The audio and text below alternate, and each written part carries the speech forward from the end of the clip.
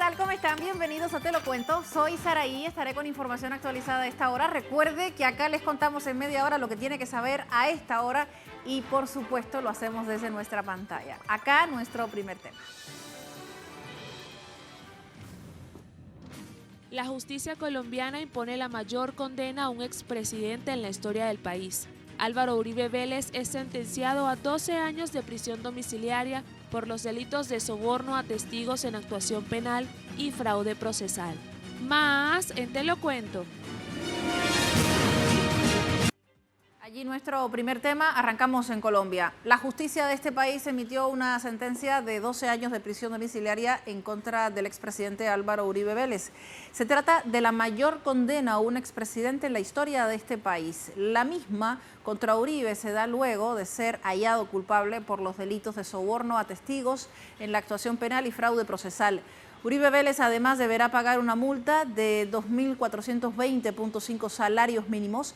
Asimismo, la condena dicta que Uribe quedó inhabilitado por más de 8 años para ejercer cargos públicos.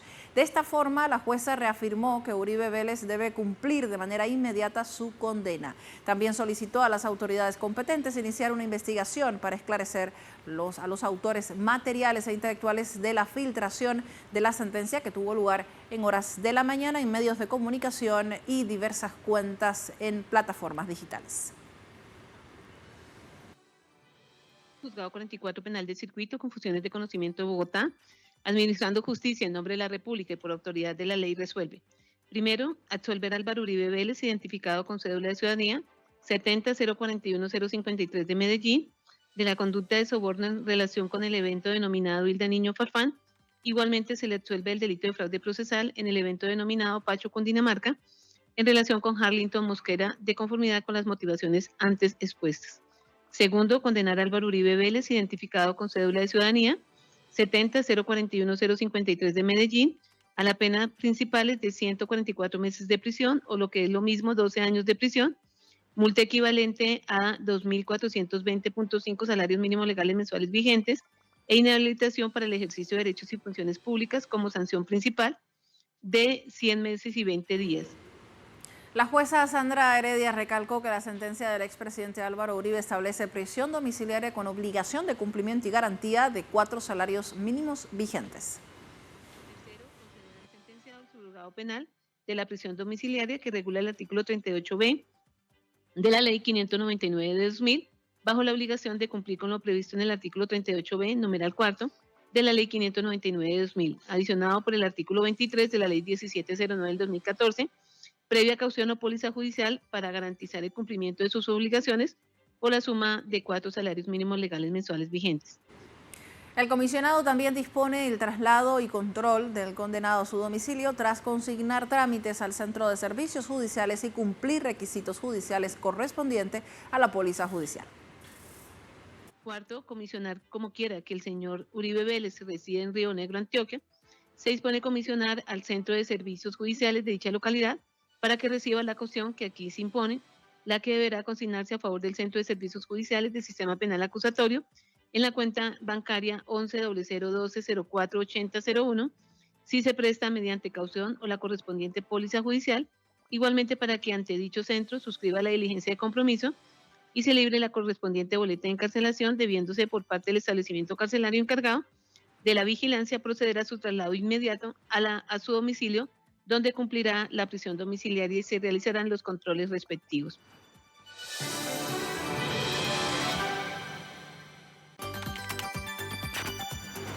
Vamos a revisar algunas reacciones en la plataforma X sobre este tema. Comenzamos con la declaración de la usuaria Ceci, así lo dice a través de su cuenta.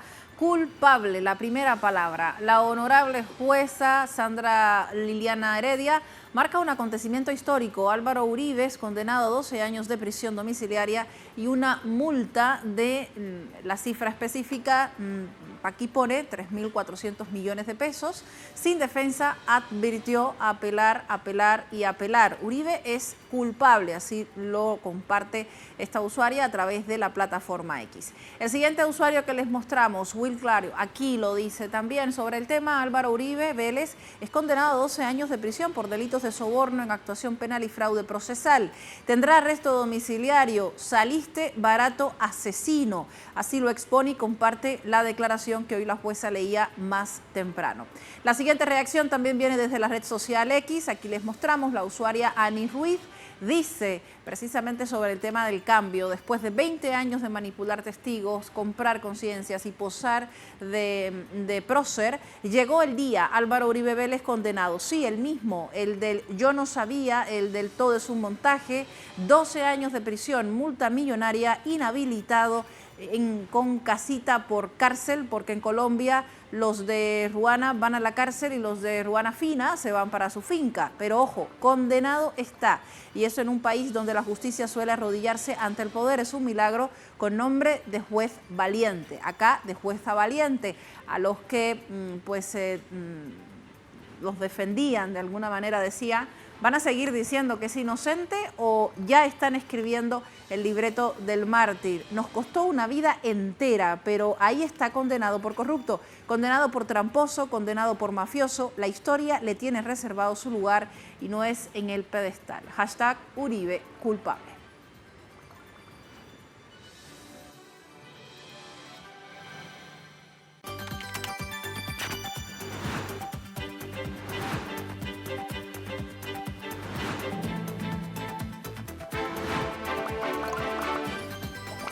Vamos a contarles cómo lo decían algunos de nuestros invitados en una entrevista en El Mundo desde el Sur con Luis Francisco Blandón. El abogado penalista Eduardo Camargo detallaba que el expresidente Álvaro Uribe ha sido el principal aliado de Estados Unidos en la región, señalándolo como un promotor de la violencia y un símbolo del militarismo. Así lo decía. Porque también ha sido el principal aliado de los Estados Unidos. Hemos visto cómo frente a esta sentencia el Departamento de Estado de los Estados Unidos ha protestado y ha amenazado al gobierno de Petro, que no tiene nada que ver el gobierno con la sentencia del Poder Judicial, porque sabemos que hay una división de poderes. El Poder Judicial no depende del presidente, pero sin embargo el presidente Trump y el Departamento de Estado de Estados Unidos ha reaccionado. O sea, no es solamente un líder de la derecha colombiana durante 50 años, digamos, sino que también representa a nivel continental, digamos, un poder de la derecha que ha resaltado, digamos, en este momento está tanto en los Estados Unidos como en otras partes como del continente, como El Salvador. Y este personaje ha sido muy nefasto en la política colombiana. Es un hombre que predica la violencia, que se ha opuesto a los procesos de paz del gobierno de Santos, actualmente al gobierno de Petro. Es un hombre que representa el militarismo y representa la solución violenta, digamos, de muy cercano a toda la derecha, a la derecha del mundo. Con ello hacemos una pausa y a la vuelta de qué les cuento. Sobre lo que sucede en Brasil, se movilizaron a nivel nacional en rechazo a las medidas arancelarias impuestas por la administración de Donald Trump contra este país. Las movilizaciones tuvieron lugar más temprano. Vamos a contarles qué sucedió a la vuelta.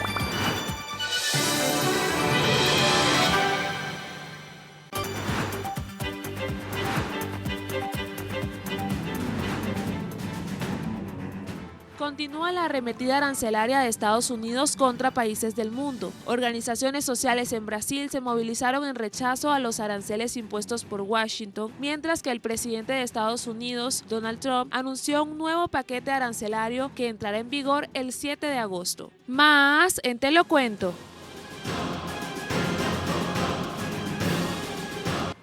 Regresamos con ustedes para contarles qué pasa en Brasil. ¿Quiénes mandan en este país? Los brasileños, y bajo esta consigna, miles de personas participaron durante este viernes en una jornada de lucha en defensa de la democracia brasileña y con el objetivo de denunciar la injerencia de Estados Unidos en su país, desde la perspectiva económica, pero también desde el ámbito judicial, cuando el presidente Donald Trump le ordenaba a Lula da Silva que libere a Jair Bolsonaro después de haber intentado un golpe de Estado contra el presidente electo constitucionalmente de ese país.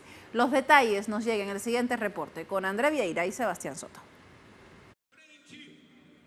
El pueblo brasileño ocupó este viernes las calles en las 5 regiones del país para rechazar los ataques económicos del presidente de Estados Unidos contra Brasil y reafirmar la soberanía del gigante sudamericano. En Río de Janeiro, la movilización se dio frente al consulado estadounidense. En rechazo al tarifazo de Donald Trump y las acciones imperialistas que Estados Unidos viene realizando contra Brasil en conjunto, aliados con la familia Bolsonaro. Una de las justificaciones de Estados Unidos para imponer un arancel de 50% a parte de los productos brasileños sería una supuesta persecución contra el expresidente brasileño Jair Bolsonaro, quien podría ser detenido este año si es declarado culpable por liderar el intento de golpe de Estado tras la victoria de Lula da Silva en 2022. Es fundamental estar aquí para mostrar que no nos quedaremos a la espera de esta guerra imperialista, de esta actitud autoritaria de Trump, de herir nuestra soberanía nacional. Más allá de mostrar la bandera de Brasil, estamos aquí para decir que queremos que Bolsonaro sea detenido. También ese viernes, en la reapertura de los trabajos de la Corte Suprema de Brasil, los jueces repudiaron los intentos de Donald Trump de frenar las investigaciones del intento de golpe. El juez Alexandre de Moraes, sancionado esta semana mediante una medida financiera impuesta por Estados Unidos, afirmó que la justicia brasileña concluirá este semestre el juicio que podría llevar a Bolsonaro a prisión. Continuaremos ejerciendo nuestro papel en las acciones penales para dar una respuesta final a toda la sociedad brasileña sobre quién realmente o quienes realmente fueron los responsables por el intento de golpe dentro del debido proceso legal, del respeto a la amplia defensa, del contradictorio, inadmitiendo cualquier injerencia interna o externa. En medio de esas reacciones, Trump moderó su postura. En un decreto firmado el 30 de julio, excluyó a casi 700 productos del grupo que será tarifado con el arancel de 50%. Sectores como el aeronáutico, automotriz, energético, parte del agronegocio, la minería y la electrónica quedaron exentos por ahora. En cambio, productos como la carne bovina, el café, las frutas, textiles, calzados serán tarifados en 50% a partir del 6 de agosto. Aún así, hay nuevas señales. Este viernes, Trump afirmó que el presidente Lula da Silva puede llamarlo cuando quiera y que ama al pueblo brasileño. Él está ahora hablando que ama al pueblo brasileño porque él sintió. El pueblo brasileño es muy resiliente. Nosotros no nos intimidamos y el mensaje que le estamos enviando hoy en Río de Janeiro, pero también en manifestaciones en todo el país, es que no nos rendiremos. Además de la extrema derecha que pide sanciones, hay un movimiento en el país, la unidad de los poderes republicanos y del pueblo para reafirmar que quienes mandan en Brasil son los brasileños. André Vieira y Sebastián Soto, Telesur, Brasil. Por su parte, el presidente de Estados Unidos, Donald Trump, anunciaba un nuevo paquete arancelario que entra en vigencia, se pone en vigor el próximo 7 de agosto, para en el caso de Brasil desde el 6, nos decía André Vieira. La administración de Trump detalló que la medida iniciará 6 días después de lo previsto, siendo la nueva tasa mínima para países socios comerciales en un 15%, así lo estableció. Por otra parte, las más de 60 naciones que no acordaron un pacto comercial con Washington les fijó aranceles superiores al 40%. Los economistas advirtieron que las medidas aplicadas por Trump podrían derivar en un conflicto económico global debido al aumento de la inflación. Vamos con el caso de Canadá, por ejemplo. Recibió un impuesto del 35% para algunas importaciones, principalmente los sectores automovilísticos y de energía. El gobierno de Brasil también, por otro lado, rechaza los nuevos impuestos del 50%, lo veían en pantalla, que afectarían a diversos sectores de la economía, como el acero, alimentos, en el caso de la carne bovina, procesados, productos agrícolas y minerales. Por su parte, México logró negociar con Estados Unidos una prórroga de 90 días con miras a un acuerdo comercial que favorezca a ambas naciones, así lo decía la presidenta Sheinbaum, decía que había logrado un acuerdo mejor que lo que sucedía con otros países, mientras que Estados Unidos también se apresta a aplicar aranceles del 30% sobre todas las exportaciones de este país. Vamos a revisar qué pasa un poco más allá en el continente asiático. China, el gigante, redujo del 125 al 19% sobre bienes de Estados Unidos. Además, también eliminaron las restricciones al intercambio comercial. Ambos países se encuentran en negociaciones para alcanzar un pacto definitivo antes del 12 de agosto. Para India, por ejemplo, el gobierno de Donald Trump impuso un arancel del 25%, lo que ha provocado preocupación en el ámbito económico nacional de este país. Por ello, reuniones con los sectores económicos claves, y recordemos que tanto India como China forman parte del grupo BRICS, al grupo que también Donald Trump le impone aranceles. Vamos a revisar otros espacios. Europa no quedó exenta. Países como Suiza se encuentra entre la lista de la tasa arancelaria más alta. La administración de Trump anunció el 39% para las importaciones de Berna, pese a ser uno de sus aliados tradicionales, así como los Países Bajos deberán cancelar el 15% en todos sus productos.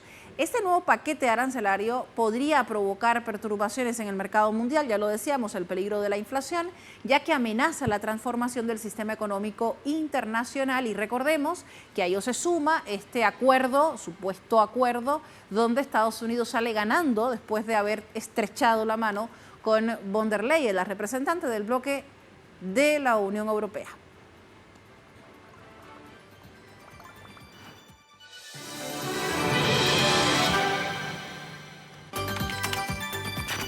Llamativo también suele ser en estos casos revisar qué dice el soberano a través de las redes sociales. Vamos con la red social X.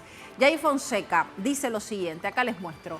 El café es la bebida favorita de Estados Unidos y su precio se ha duplicado en los últimos 5 años. El proveedor principal de café es Brasil y Trump acaba de imponerle el 50% de aranceles. Esto afectará desde cafeterías hasta los hogares, así lo expone esta usuaria a través de la red social X. La usuaria Yandira Fégalo también dice a través de la red social: el matón Donald Trump ha cambiado su tono y ahora dice que quiere hablar con el presidente. Lula oficial, siempre hablaremos de comercio y negocios, nunca de nuestros asuntos internos, señor. Aquí la democracia no es negociable y los delitos son asuntos de la justicia. No se meta donde no le conviene. Soberanía Brasil, acá comparte precisamente el tema sobre lo que decía Lula da Silva antes, la defensa de su soberanía económica. Vamos a revisar la siguiente reacción. Acá les mostramos. Silva 23 dice, la cuenta de @Tiago6891, les diré algo, Trump obviamente quiere perturbar las relaciones entre Brasil y los BRICS, nadie le ha negado jamás. Sin embargo, Bolsonaro se dejó usar y Eduardo Bolsonaro le dio la excusa a Trump. Por lo tanto, Bolsonaro es consecuencia directa de esto. Si no lo es, ¿por qué el PL no permite que se critique a Trump? Así lo dice a través de la red social X. El siguiente usuario, acá lo tienen en pantalla, comparte foto de Lula da Silva y Donald Trump. Celso Yanasi, Brasil con Lula, cada día que pasa, Trump cede un poco más. Brasil se ha mantenido firme, esta vez el chantaje mafioso de Donald Trump no está funcionando. Declaraciones que tienen que ver con la defensa sobre Brasil que les mostrábamos inicialmente con la nota de nuestro compañero Andrés Vieira y las diversas imposiciones de porcentajes de aranceles en el mundo.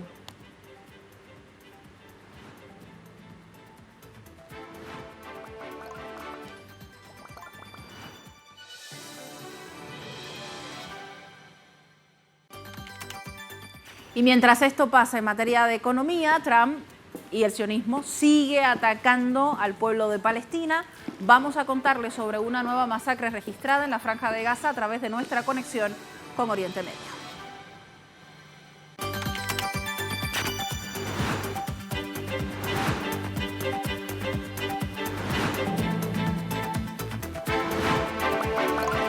Vamos a hablar sobre lo que sucede en Palestina y Yemen, un espacio que sigue siendo asediado y otro que se moviliza para defenderlo. Una nueva masacre sionista se registró este viernes en la que Israel asesinó a cerca de 20 palestinos en la Franja de Gaza. Entre ellos se encuentran 6 niños, mientras esperaban por ayuda humanitaria. No solo está afectando la inanición del pueblo de Palestina, sino también los ataques contra la franja que continúan. En ese sentido, las agencias humanitarias ratifican la urgencia de la entrada de alimentos e insumos de primera necesidad al enclave en medio de un creciente número de muertes por inanición.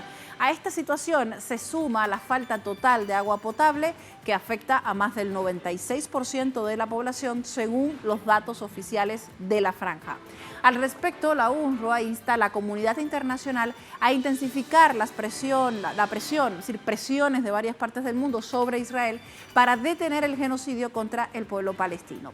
Mientras esto pasa en la Franja de Gaza, miles de manifestantes en Yemen se reunieron en múltiples plazas de Sanaa, de la capital, para protestar allí y pedir el cese del asedio. Bajo el lema que busca apoyar a Palestina, mostraron su apoyo al pueblo de la Franja y condenaron el genocidio israelí contra el pueblo gazatí. Los yemeníes reafirmaron su postura a favor de la causa palestina con el lema firmeza con Gaza y Palestina y rechazo los acuerdos de engaño, traición. La movilización se da bajo consignas como a cualquier precio. Denuncian además el silencio de los regímenes árabes e islámicos ante las masacres, el hambre y el exterminio de la población gazatí. Los participantes portaron pancartas y banderas afirmando que Gaza no está sola y Yemen se mantendrá firme junto al pueblo palestino. Así lo han dicho durante esta jornada y seguramente en los siguientes días vamos a seguir encontrando diversas manifestaciones en varias partes del mundo porque cada vez se despiertan más mentes para apoyar al pueblo de Palestina. Cierro esta parte y me voy a contarles sobre economía, deporte y cultura.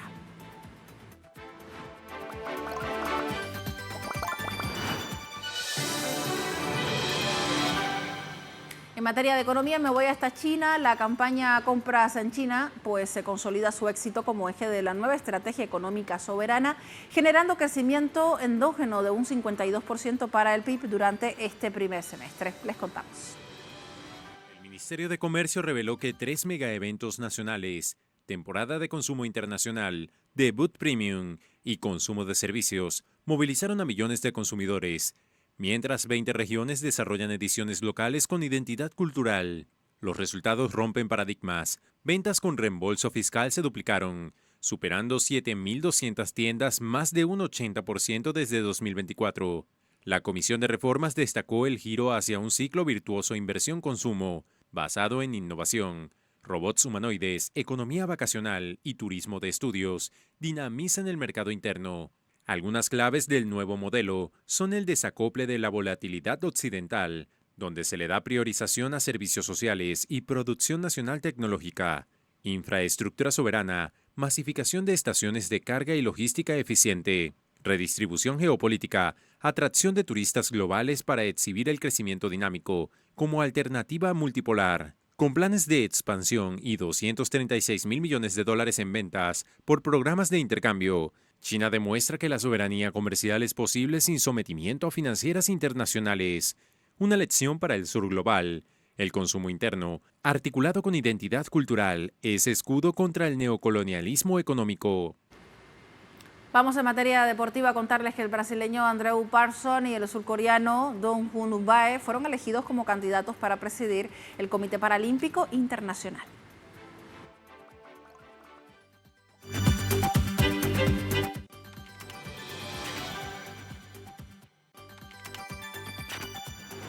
Este viernes, el órgano rector mundial del movimiento paralímpico confirmó que Andrew Parsons y Dong Hyun Bae serán los dos candidatos en las elecciones para la presidencia del organismo. Parsons llegó a la presidencia del Comité Paralímpico Internacional en 2017 y fue reelegido como candidato único en las elecciones de diciembre de 2021. Por su parte, su contrincante es el presidente de la Federación de Esquí Nórdico Paralímpico Surcoreano y se ha desempeñado como jefe de misión de los equipos paralímpicos de su país en los Juegos de Pyongyang 2018 y París 2024. Asimismo, la Asamblea General del IPC señaló que todos los candidatos han cumplido con todos los requerimientos administrativos y de integridad para ser declarados como tales y ocupar los 10 puestos de sus órganos de gobierno, que serán elegidos en la ciudad de Seúl el próximo 27 de septiembre.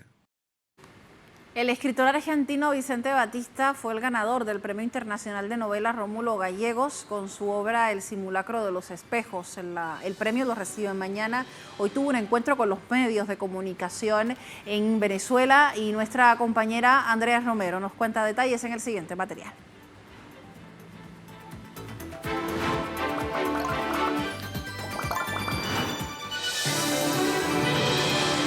Creado en 1964 para honrar al venezolano Rómulo Gallegos, este premio reconoce la mejor novela escrita en español. Aquí se encuentran no solamente los escritores de América Latina, también los que tienen que ver con habla hispana. Y son este año que finalizó la convocatoria, estuvieron hasta más de 500 libros participaron, pero que al final terminaron unas 472 obras que resultaron, digamos, aprobadas para ser concursadas. La celebración de la 21ª edición del Premio Internacional Rómulo Gallegos reafirma el peso que tiene esta distinción en la narrativa en español. Este premio conserva todo el prestigio, toda la reputación que tuvo desde su nacimiento y ha ido creciendo. Es decir, el CELAR Venezuela, su institución, esta institución cultural, ha sido reconocida por todos esos escritores y todas las editoriales que participan de más de 30 países de distintos lugares del planeta. La novela de Vicente Batista fue destacada por su atmósfera kafkiana y su exploración de temas actuales como la vigilancia. Cuando yo empecé a escribir El simulacro de los espejos, comprendí que esas sociedades que habían pintado, digamos, Orwell o Huxley, que eran ficción, se habían hecho ciertas, eran sociedades verdaderas. Entonces ya no estaba escribiendo un libro de ciencia ficción, sino casi un libro realista, porque lo que está pasando en el lugar también sucede en el afuera. ¿Por qué? Y bueno, porque es una historia, en el fondo, como toda historia, es una historia de amor, muy en el fondo, o sobre las últimas páginas. El premio incluye diploma y medalla, además de reforzar la carrera de los autores ganadores como referentes de la literatura en español. Con esta premiación en su 21ª entrega, refuerza la importancia de la literatura en español a nivel mundial. En la cámara de Víctor Figueroa, Andrea Romero, Telesur, Caracas, Venezuela. Allí la historia, y les recomendamos en nuestras plataformas digitales sintonizar nuestra entrevista. Conversamos con el escritor apenas unos 15 minutos, pero allí algunas luces importantes para leerlo. Así cerramos nuestro espacio. Muchísimas gracias por quedarse hasta el final con nosotros. Nos vamos con Infinito Sur, un tema que ha marcado nuestra celebración por los 20 años de trabajo y por supuesto que también marca el trabajo musical y artístico de Amaranta, una destacadísima cantautora venezolana junto a otros grandes artistas. Así me despido. Nos encontramos la siguiente semana y como siempre acá, se lo contamos.